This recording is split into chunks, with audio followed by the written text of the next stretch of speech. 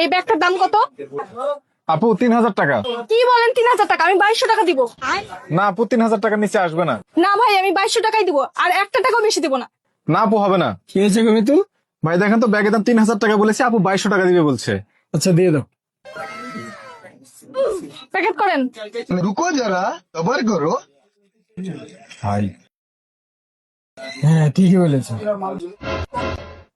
ভাই, আপনার কানে কানে কি বললো? না আপু কিছু বলেনি, আপনি শুনলে রাগ করবেন। না আমি শুনবই, রাগ করবো না আমি, আপনি বলেন। ও বললে আপনি নাকি দেখতে সুন্দর না। আসলে সুন্দর মেয়েরা দামাদামি করে না তো।